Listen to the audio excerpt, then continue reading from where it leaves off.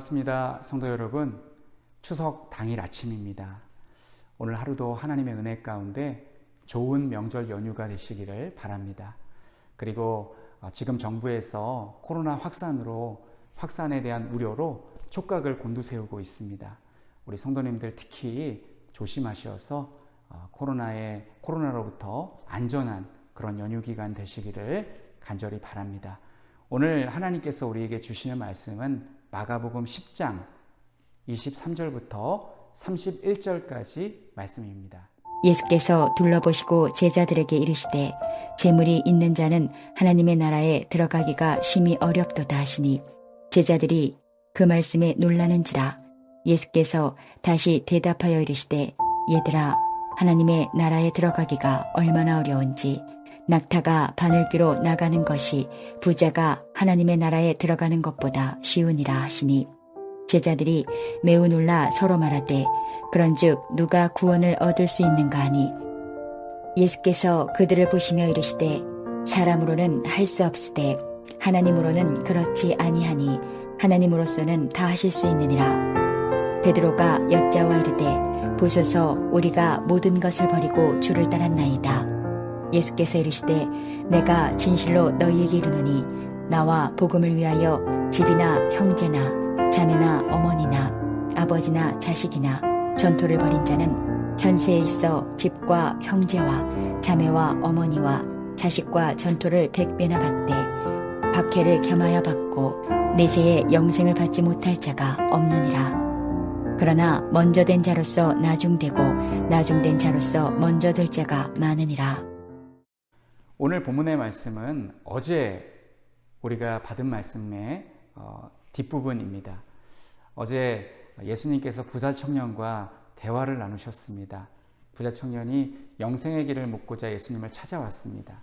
예수님께서 그 청년에게 너의 가진 재물을 다 팔아 가난한 자를 구제하고 나를 따르라 라고 제안하셨습니다. 그러나 이 부자 청년은 자신의 재물을 포기할 수 없어 슬픈 기색을 띠고 근심하며 돌아갔습니다. 이에 대해서 예수님께서 이렇게 말씀하십니다. 23절에 재물이 있는 자는 하나님의 나라에 들어가기가 심히 어렵도다.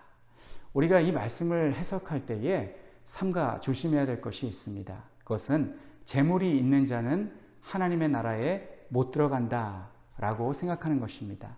오늘날 이 시대를 살아가는 사람들이 부자에 대해서 많은 반감을 가지고 있습니다. 특히 공산주의 사상을 가지고 있는 사람들은 부자에 대해서 혐오의 감정까지 가지고 있습니다. 그러나 예수님 당시의 사람들은 부를 하나님께서 주신 축복으로 여겼습니다.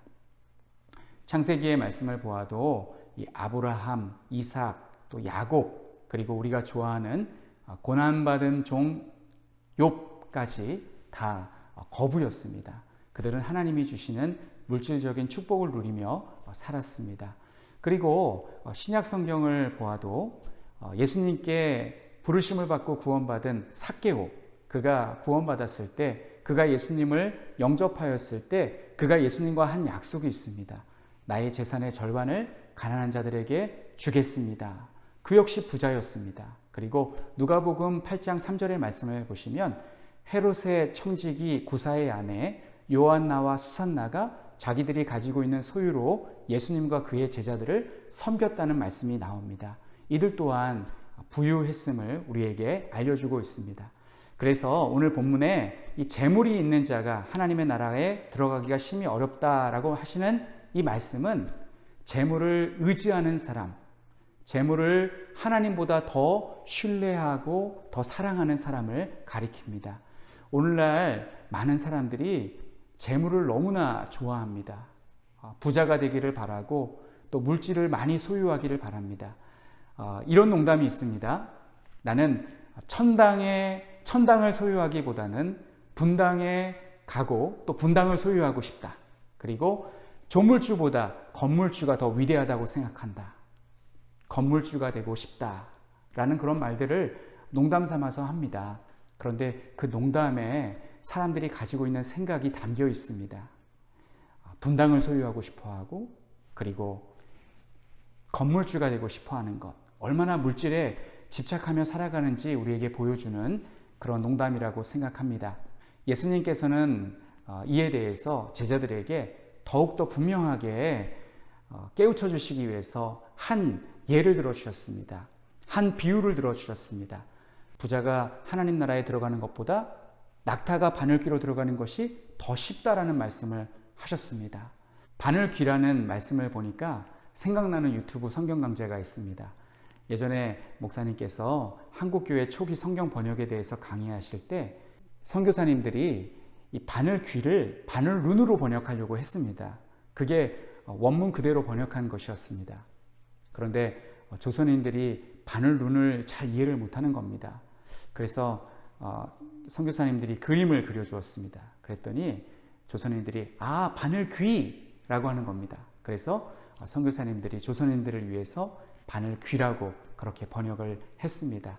그래서 오늘날 우리가 성경을 이렇게 쉽게 이해할 수 있게 되었습니다.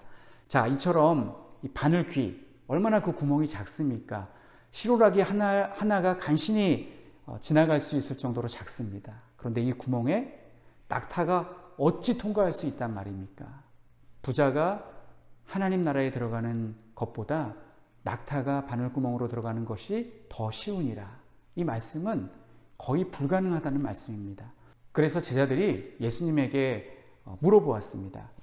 예수님, 그러면 누가 도대체 구원을 받을 수 있단 말입니까? 아무도 구원 못 받는 거 아닙니까? 라고 예수님께 말씀을 드렸습니다. 그러자 예수님께서 사람은 할 수 없으되 하나님은 하실 수 있느니라. 하나님은 가능하시다 라는 말씀을 해주십니다. 저는 이 말씀을 볼 때에 이런 생각을 해보았습니다. 그동안 저는 예수님을 믿어서 하나님 나라에 가게 되었는데 이것을 너무 쉽게, 너무 당연하게 생각해 왔던 것 같습니다. 그런데 사실 인간이 하나님 나라에 들어가는 것은 매우 어려운 일입니다. 낙타가 바늘구멍으로 들어가는 것만큼 그렇게 불가능한 일입니다. 그런데 예수님께서 은혜로, 하나님의 은혜로 우리를 구원하셨다는 사실입니다. 부자가 재물로 인하여서 영생을 얻지 못하고 돌아가는 것을 본 베드로는 호기롭게 28절 말씀에서 이렇게 예수님께 말씀을 드립니다. 베드로가 여짜와 이르되 보소서 우리가 모든 것을 버리고 주를 따랐나이다. 베드로의 이 말을 들은 예수님은 베드로의 말 속에 자화자찬과 또 보상을 기대하는 그런 불순한 그런 의도가 있었지만 베드로를 책망하지 않으시고 친절하게 베드로의 말에 호응을 하시며 대답을 해주십니다. 저는 이 모습을 볼 때 예수님께서 얼마나 온유하시고 또 좋으신 분이라는 것을 다시금 깨닫습니다. 저라면 베드로가 무척 얄미워 보였을 것 같습니다. 29절부터 30절 말씀이 우리에게 교훈하는 것은 집이 나오고 또 가족이 나오고 전토가 나옵니다. 이것은 우리가 예수님을 위해서 버려야 할 대상들입니다. 앞절과 마찬가지로 29절의 말씀도 우리가 우선순위로 그렇게 이해해야 합니다. 이단들이 성도들의 재산을 갈취할 때 이 말씀 들이대면서 설득하면 안 넘어갈 사람이 없습니다. 더군다나 순수한 사람은 정말 그렇게 할 것 같습니다. 그러나 이 말씀은 우리가 지금 있는 재산을 다 처분해야 된다라는 말씀으로 받아들이기보다는 우선순위를 분명히 해라 라는 말씀으로 받아들이면 좋겠습니다. 30절에 100배나 받는다는 말씀은 무슨 뜻일까요? 집과 전토는 100배로 다시 받을 수 있습니다. 그런데 가족은 100배로 받을 수 없습니다. 그래서 이 말씀은 우리가 물질적으로 100배를 더 받는다라는 말씀으로 받아들이기보다는 영적인 축복으로 받아들이는 것이 좋겠습니다. 하나님 나라에서 엄청난 칭찬과 상급으로 받을 수 있고, 그리고 이 땅에서는 내가 드린 이 헌신과 또 물질이 수많은 사람들에게 복음이 전파되어서 그들이 그리스도를 믿고 하나님 나라의 백성이 되고 또 하나님의 자녀가 되어 내 가족이 된다라는 말씀으로 우리가 받아들일 수 있을 것 같습니다. 그런데 박해도 있습니다. 예수님을 믿는 사람은 필연적으로 박해를 받을 수 있음을 말씀하고 있습니다. 그러나 하나님의 보상은 여기에서 끝나지 않고 오는 세상에서 영생을 누구나 받을 수 있다고 말씀하고 있습니다. 이상의 말씀은 부자 청년과는 완전히 반대되는 말씀을 예수님께서 우리에게 주시고 있습니다. 마지막 31절의 말씀은 먼저 된 자가 나중되고 나중된 자가 먼저 된다는 말씀입니다. 우리 신앙생활도 마찬가지인 것 같습니다. 예수님을 믿은 순서가 다 다릅니다. 오래전부터 예수님을 믿어서 교회에 많은 봉사와 또 헌금과 또 기도와 또 예배를 드린 먼저 된 자가 우리 교회 안에 분명히 있습니다. 그런데 또 나중에 또 교회에 들어와서 세례를 받고 또 교회의 회원이 되고 예수님을 믿는 분들도 있습니다. 그런데 먼저 된 자가 신앙이 매너리즘에 빠지고 점점 이렇게 힘이 약해져 갈 때 그 새로 믿은 사람이 순수한 그런 믿음을 가지고 정말 아낌없이 예수님과 복음을 위해서 자신의 모든 재산을 드리는 분들이 있습니다. 정말 어떻게 그런 사람들을 말릴 수 있겠습니까? 주님이 너무 좋아서 예수님을 너무 사랑해서 날 구원해 주신 하나님의 은혜가 너무 크고 놀라워서 자기 살집 하나만 남겨놓고 자기가 가지고 있는 모든 재산을 아낌없이 예수님과 복음을 위해서 기꺼이 헌신하시는 분들이 있습니다. 이런 분들은 분명 나중에 믿었지만 천국에서는 먼저 된 자가 될 것입니다. 이런 분들이 계속해서 후대에 있을 것입니다. 예수님과 복음을 위해서 자신이 가진 것을 다 드릴 수 있는 사람, 다 내어놓을 수 있는 사람은 진정 복된 사람입니다.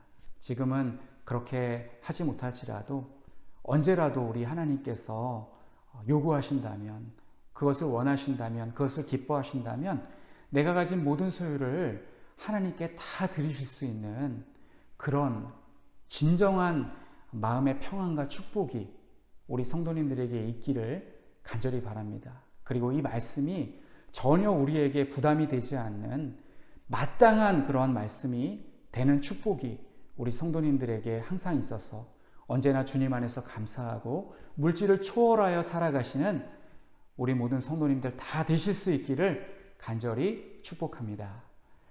우리 함께 기도하겠습니다. 재물을 의지하지 말고 하나님을 의지하는 삶을 살게 하옵소서. 예수님과 복음을 위해 내가 가진 모든 것을 드릴 수 있는 마음 준비를 하며 살게 하옵소서. 필리핀 정성호 김선자 선교사님을 위해서 기도해 주시기 바랍니다.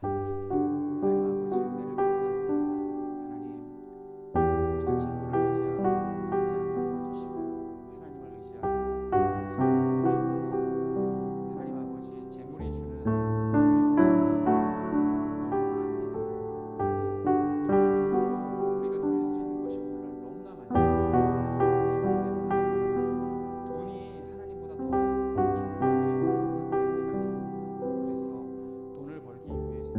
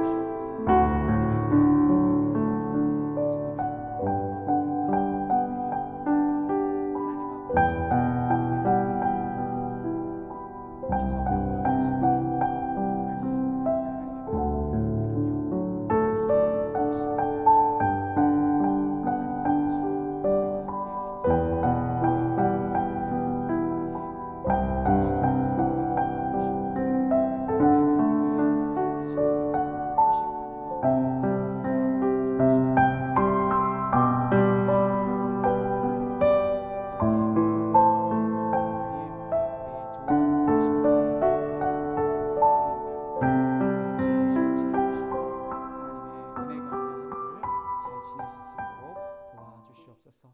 예수님의 이름으로 기도하옵나이다. 아멘. 하나님 아버지, 은혜를 감사드립니다. 추석 명절 당일날 이렇게 하나님의 말씀 들으며 하루를 시작하게 해주셔서 감사합니다. 하나님 아버지, 우리와 함께 해주셔서 재물보다 하나님을 더 사랑할 수 있게 도와주시고 우리 삶의 최우선순위는 언제나 하나님이 될 수 있게 도와주시어 하나님을 기쁘시게 하는 삶을 살 수 있게 도와주시옵소서. 하나님, 오늘 명절입니다. 하나님의 은혜 가운데 하루를 잘 보내게 해주시고 가족들과 자녀들과 좋은 시간 보내게 하여 주시고 하나님께서 지켜주시고 함께 해주셔서 행여 실수하지 않게 도와주시옵소서. 하나님의 사랑과 은혜를 감사드리며 예수님의 이름으로 기도하옵나이다. 아멘.